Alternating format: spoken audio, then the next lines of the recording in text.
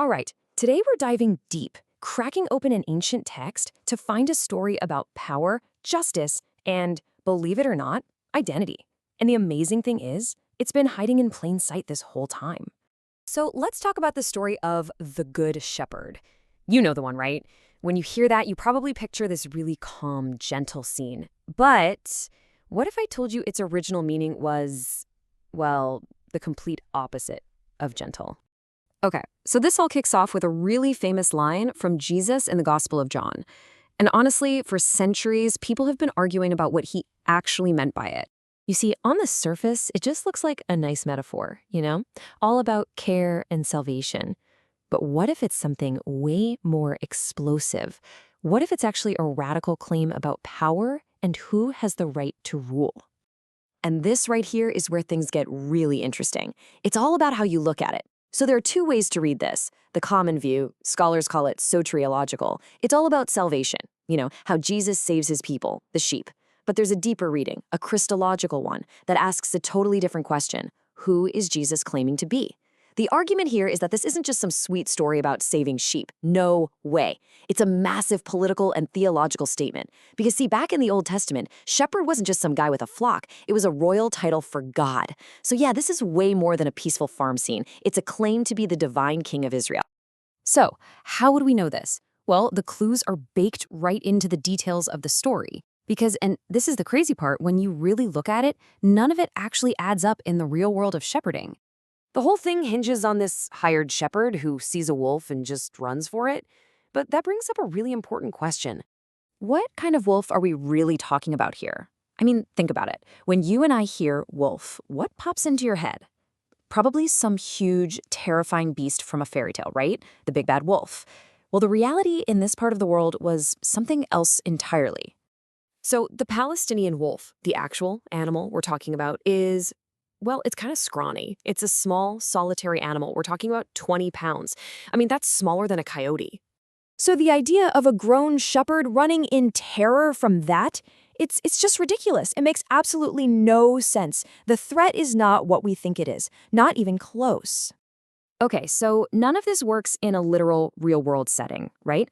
The wolf is no big deal. The shepherd's reaction is totally over the top. And get this, under Mosaic law, a shepherd who ran away from an attack was automatically considered a thief unless he could prove a real animal attack happened. So by running, this hireling isn't just a coward, he's legally a criminal. All of this is screaming one thing. This whole story has to be a metaphor, a big one, about leadership. So what we have here is a political allegory. The Good Shepherd, that's the true rightful king, which Jesus is claiming to be. And the hireling, that's a stand-in for the fake, illegitimate rulers who would bail on their people at the first sign of trouble. And that leads us straight to the number one job of any king back then, being the guardian of the law. Yeah, in the ancient world, you just couldn't separate the king from the law. They were two sides of the same coin. The king's main job, his primary duty, was to be the wellspring of justice for his people. But here's something you might not know. The Law of Moses, the one we all hear about, it didn't just pop out of nowhere. If you look at the history, it was actually pretty late to the party. It came after centuries of other huge legal systems in the ancient Near East. And this is where it gets really fascinating. If we put the Law of Moses side by side with its most famous predecessor, you've probably heard of it, the Code of Hammurabi, what you see are two completely, radically different blueprints for how to run a society. Okay, let's break this down. On one side, you have Hammurabi's Code. It's basically civil law, all about property, keeping order, and a huge thing is it assumes you're guilty until proven innocent. It was also super divided by class. You got a different punishment depending on whether you were a noble, a commoner, or a slave. Now look at the Law of Moses. Totally different ballgame. This is religious law. Stealing isn't just a crime, it's a sin. It assumes you're innocent until proven guilty. And maybe most important, it was incredibly egalitarian.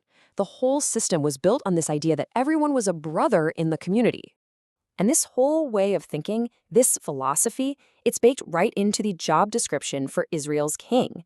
The whole point was to create a ruler who is nothing like the kings of all the other nations around them.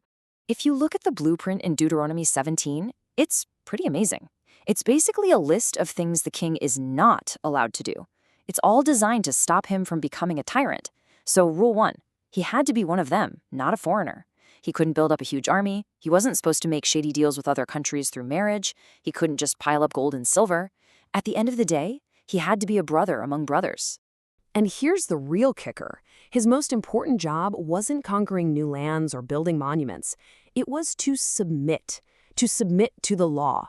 In fact, the king was required to write out his own personal copy of the law by hand and then read it every single day of his life. That was supposed to be the very center of his reign. So you see how it all connects? It's like a thread running through everything. It starts with a good shepherd making a claim to be the true king, and it leads all the way to the law of Moses, which lays out exactly what that king is supposed to be like. The big idea is that leadership, the law, and justice itself, they're all supposed to be a mirror, reflecting the character of the ultimate King of Kings. And thinking about it this way gives us a really powerful new lens to look through. It's not just about understanding these ancient texts. It leaves us with a pretty big question to chew on, doesn't it? If law truly reveals the character of the lawgiver, what do our laws say about us?